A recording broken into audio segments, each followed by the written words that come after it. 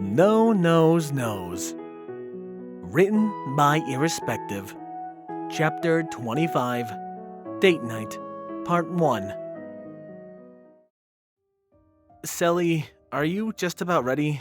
Wisteria just knocked on the door and gave me a look that either meant you're running late or I'm feeling bloated. I certainly hope it's the former, Saucy said with a giggle. I'm almost done. Bean was eager to see her dress.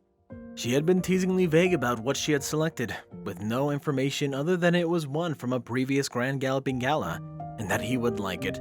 But since it was Celestia, he was pretty extra sure she'd be stunning. Though he hoped it wasn't brown. He had yet to see a brown dress pulled off properly. So, how many dresses do you have? He asked, mostly to make conversation while he waited.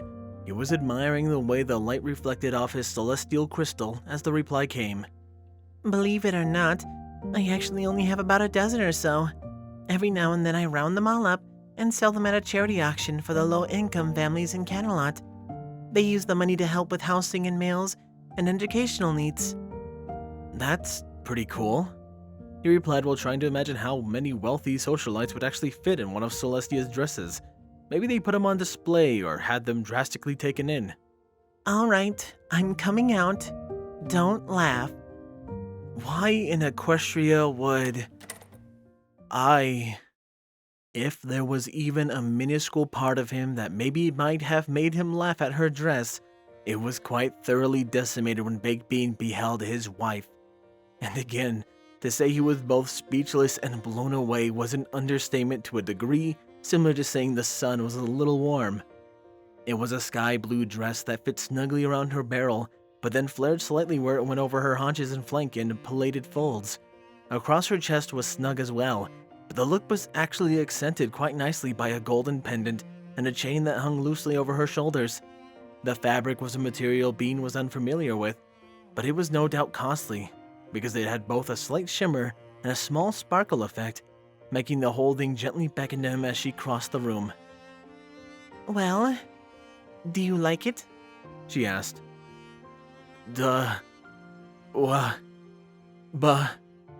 She gave him a quick and gentle kiss. I'll take that as a yes. I am so out of my league with you, he finally remarked. Really? I wouldn't say that, she replied. You have a great deal of charm yourself. Yeah? Where? Celestia smiled and kissed his cheek. Here. And here. After she kissed the other one. Don't sell yourself short, love. Your charm is very subtle. If I blink, I could miss it. But when one takes the time, one finds a very pleasing yellow pony before her. Bean could feel his cheeks heat up to a rosy glow with her compliments, but he could not complain. He was fairly sure his heart was about to burst with joy. He twiddled one hoof on the floor for a bashful moment, but then offered a hoof to her. Shall we, my princess? Lead on, my prince. She giggled, and she took him up on his offer. They strode out of the bedroom side by side, hoof and hoof, and found Wisteria impatiently waiting for them with a forced smile and a furious tapping on her clipboard.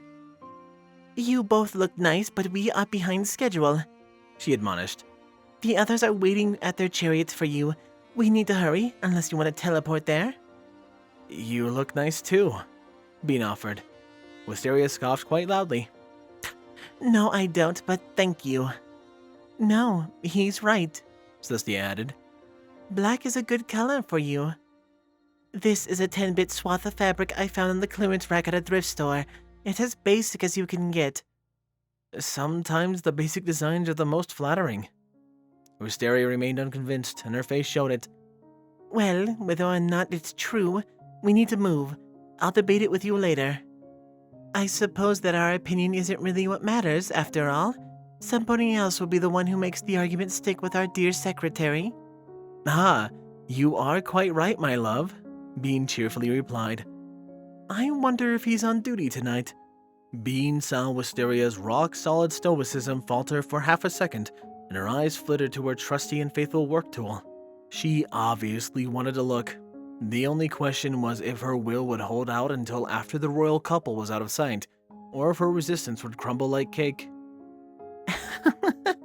Go ahead and look, encouraged Celestia with another giggle, providing an irresistible push. Wisteria was flipping the pages with the first syllable out of her boss's mouth. He is assigned to you, isn't he? You did this, didn't you? Wisteria gave her employer a playful glare. There's no way that just happened. Prince Shining could have expedited everything for you too. This is all too easy, too convenient. She chewed on the bottom of her lip for a moment, and her gaze went to the ground. Should I have my mane up or down? Let it down, Celestia replied. You always have it up. Down shows that you are relaxed, comfortable, and willing to put work aside for a time. Can you put yours up?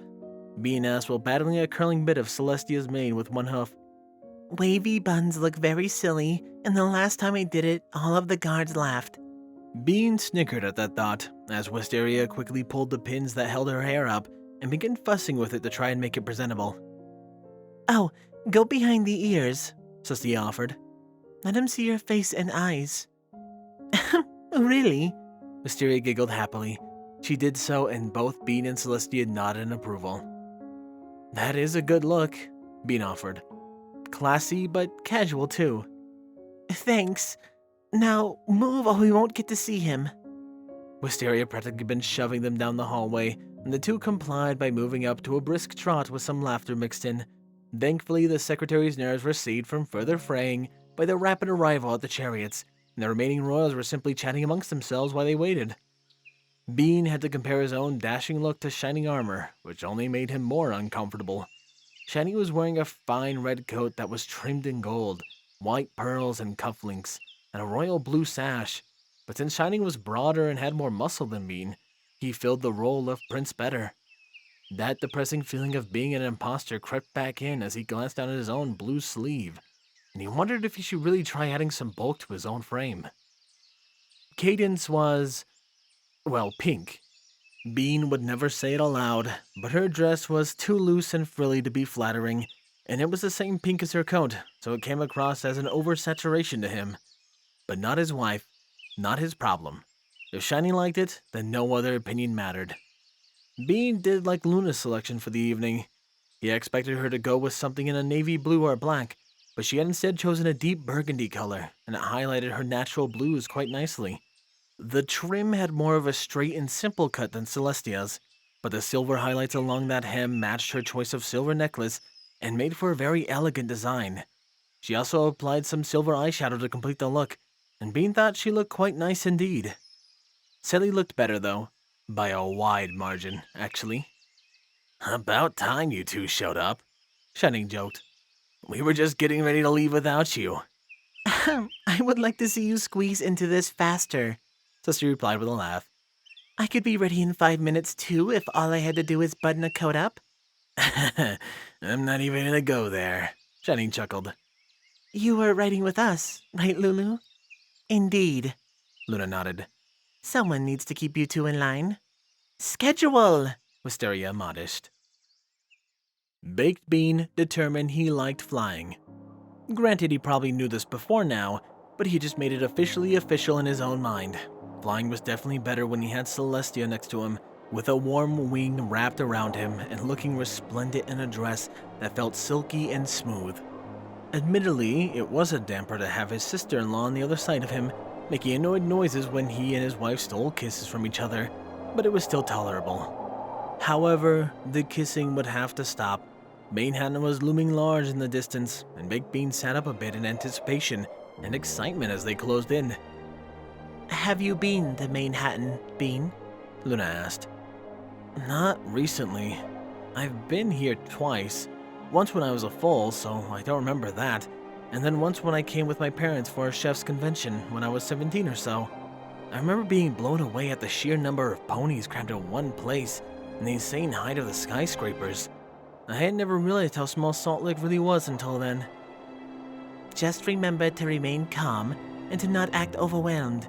You are a prince, and you need to portray yourself as such. The ponies of Equestria will look to you as a bedrock foundation. You must always be so for them.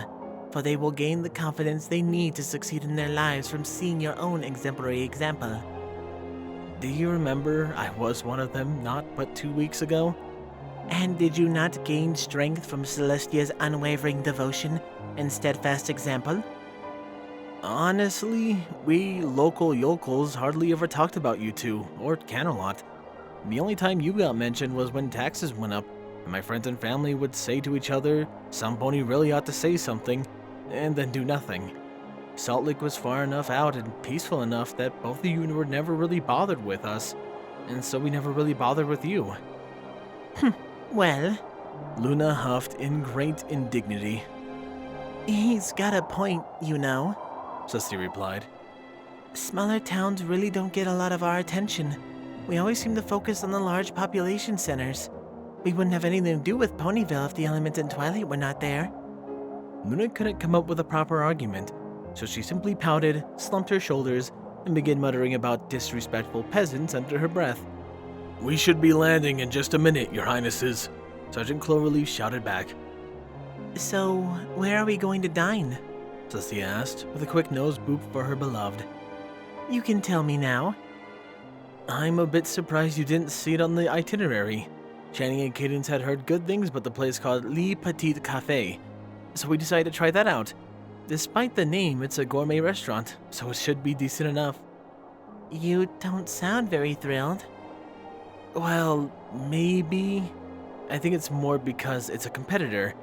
Even though they've never had anything to do with the Zerst, nor us with them. Family loyalty says that any other restaurant is only second rate.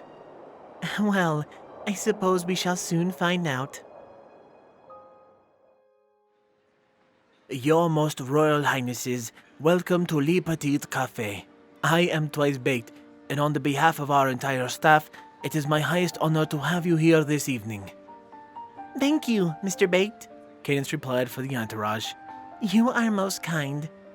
Please, follow me. We have reserved a private table for your pleasure, and we are honored to be your waiter for this evening as well. Bean had to suppress a twinge of self-consciousness at the waiter's use of we. Obviously, he had never met Bean's mother, and her rather strict rules on dealing politely with customers. Far worse was the way that every pony had quickly stood and bowed when the royal party had entered the restaurant, making Bean resist the urge to look behind him for some pony else who was really important. Once they all had been seated, their fellow patrons resumed their meals, and Bean felt a little better when it seemed like no pony was looking their way anymore. Twice Baked smiled broadly. Now, if we may be so bold, we have crafted a culinary chef du jour for your pleasure, if you would be interested.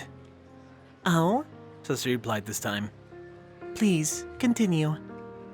For the appetizer, Chef Waver has chickpeas, slightly roasted and seasoned, with a signature pepper sauce of her own creation.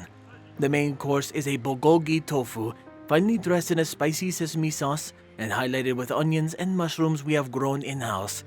For a wine, we personally recommend the Fer le Cheval Rue Parfum de la Peau de Pomme de Terre, which I personally think you will find complements the dish quite admirably. Oh, that does sound good, Cadence remarked. How would the taste be affected if one opted to simply have mineral water for the evening? Luna asked. Water? Twice Baked repeated.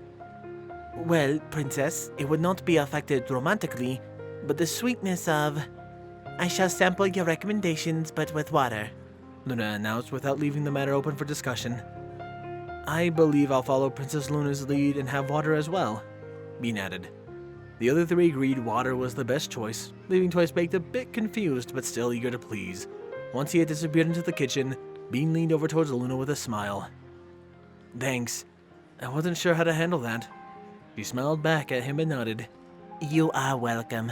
I suspected you would have an issue with any wine selection offered, so I resolved to be of assistance. Wait. Bean leaned back and gave her an amused and questioning look. You're being... nice to me. You are fulfilling your end of the bargain, so I intend to honor mine. I am a man of my word, after all. That you are. He chuckled, but then he faced the others. You all didn't need to turn it down because of me. You know, I don't mind. I never really been one for wine, Cadence replied with a grin. I'm trying to cut back. Shining at it with a bob of his eyebrows.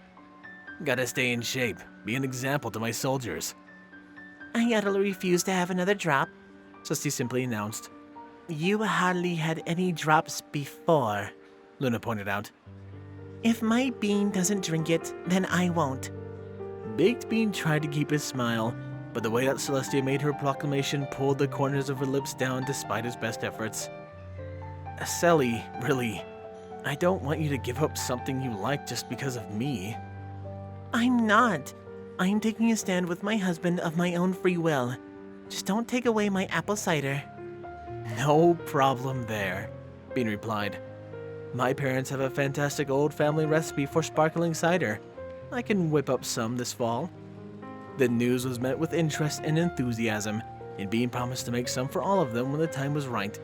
The conversation then turned to what went well with apple cider, and if it was better hot or chilled, until the chickpeas arrived. Bean then simply sat back and began listening again as the conversation turned to the budget that Celestia had been given.